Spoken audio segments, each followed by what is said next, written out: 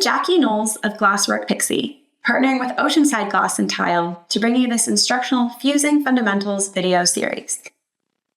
In this supplementary lesson, I'll be going over key safety precautions to take when fusing glass in order to protect your health and to maintain a safe workspace. Let's start with general safety practices that should be followed the entire time you're in a glass fusing studio. The first is to wear proper attire, which includes long sleeves, long pants, and closed-toed shoes. This clothing should be washed upon leaving the studio or not worn at all outside of the studio. This is to minimize exposure to potentially harmful dusts created during the fusing process, such as glass dust or particles burned off in the kiln, that may linger on these materials. Wearing clothes of this nature will also protect you from cuts, which are always a potential hazard when working with glass. I'm a big fan of designating studio-only outfits and shoes that I take on and off as I enter and leave my studio. But wearing an apron or a smock and disposable shoe covers is the second best option if you can't swing an entire wardrobe change.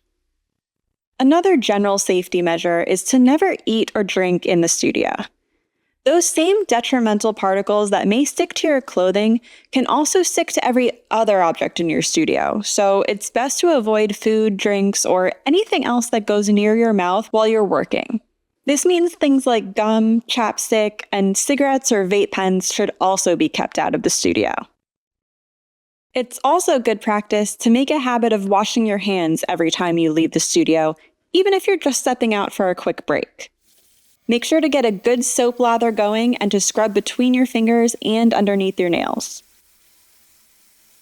The next general safety practice is to maintain a well-ventilated studio. Even if you're not performing an activity that creates dust, be aware that certain materials heated in a kiln can give off fumes that shouldn't be inhaled. These include things like certain fiber papers or refractory molds, glues, enamels, potentially anything other than glass or shelf primer. Ideally, your studio has a ventilator or window situated near your main workspace and/or kiln that pulls air away from you and redirects it outside. If this isn't possible in your space, you can use air purifiers with HEPA filters to help remove harmful particles. And realize that fans won't remove particles or fumes. They'll just blow them around. Even if there are no dust-generating activities currently taking place, it's still possible for previously generated particles to be stirred up and inhaled. To prevent this, a fusing studio should be cleaned on a regular basis, and especially following the creation of dust. Instead of dry sweeping, which kicks up dust particles into the air, cleaning should involve wet wiping, mopping, or vacuuming to keep harmful particles contained. If you're a frequent fuser like me, I personally recommend investing in a shop vac with an H-class filter, as these are specially made to capture the very tiniest, most hazardous particles. Whatever your preferred method, you should clean all studio surfaces regularly, including not only work tables, but also walls, windows, and any frequently used tools. As much as we love them, our pets should never be allowed in a glass studio. This is both to protect their paws from sharp bits and to prevent dust particles from getting trapped in their fur and then tracked out of the studio and throughout the rest of the home. Also, these small particles are just as harmful to them as they are to us. Since phones are constantly handled and held up to the face, they should also be kept out of the studio as much as possible to minimize their collecting dust particles. Of course, in today's day and age, it's not entirely reasonable to shun your cell phone for hours on end, so if it absolutely must be brought into the studio, it should at least be wiped down after use. And to be extra safe, it can even be kept in an airtight bag or container when it's not in use. If you consistently film or photograph your fusing process like I do, I recommend investing in a camera or designating an old phone for exclusive in-studio use, instead of using your day-to-day phone as your go-to video capture device within the studio.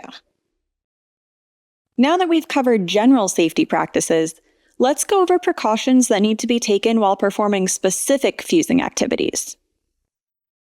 Whenever performing a dust-generating activity, such as using powdered frit, mixing powdered shelf primer,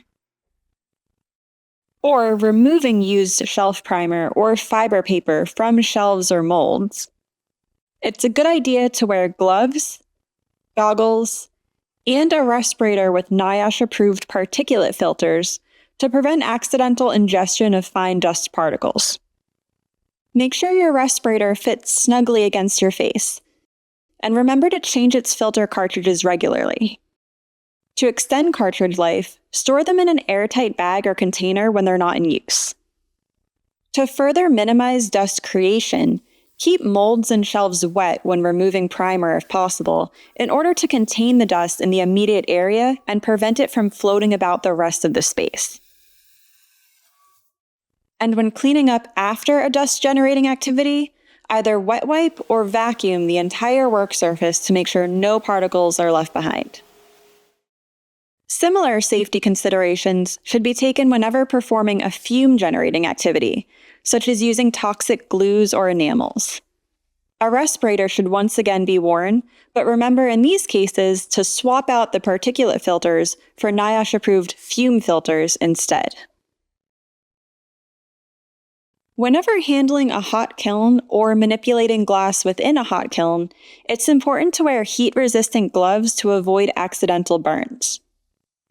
If you need to look into a hot kiln for an extended period of time, you should wear specially formulated safety glasses or a welding shield to protect your eyes from the intense infrared light they'll be exposed to. Look for lenses that meet the American National Standards Institute, ANSI, shade rating of at least 1.7. Special care also needs to be taken when fusing pieces meant to hold food or drink, like plates, bowls, cups, etc. Metal oxides and other elements, like cadmium and selenium, that are used to create the color of certain shades of stained glass, are toxic to humans at high concentrations. Fortunately, these metals are formulated into the glass itself and generally stay bound within the glass matrix, meaning they do not separate out of it easily.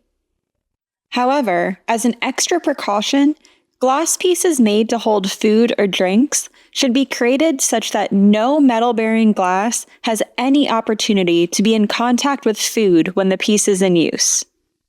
A simple way to accomplish this is to ensure that any fused glass piece intended to be food-bearing has a clear cap placed over its top surface, or the surface that will touch food. This creates a barrier between the glass and food without significantly changing the aesthetic of the finished piece. Food-bearing pieces made with face-up iridescent glass should also always be clear-capped, since this glass's shiny coating has been sprayed onto its surface and has never been fully bound into the glass matrix. As a related best practice for artists that sell their fused glass work, pieces intended only as art should indicate clearly on a customer-facing label that they are not meant to be food-bearing, to ensure that the piece isn't unwittingly misused. For further information in this area as it relates to Oceanside Compatible glass, artists can reference the material safety data sheets provided on Oceanside Glass and Tile's website. These share valuable data points that can be utilized to create the safest pieces possible. Lastly, appropriate precautions should be taken whenever conducting glass breaking activities. This means wearing goggles with side shields whenever scoring and cutting glass, and especially during activities like creating frit or snipping stringers, which tend to send glass bits flying around unpredictably.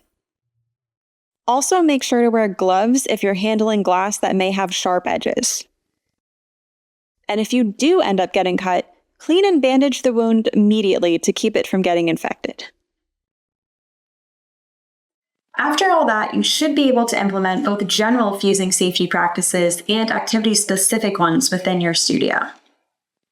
If you found this supplementary lesson helpful, be sure to check out the others in this series that cover common fusing issues and their solutions, and tips for designing fused glass patterns.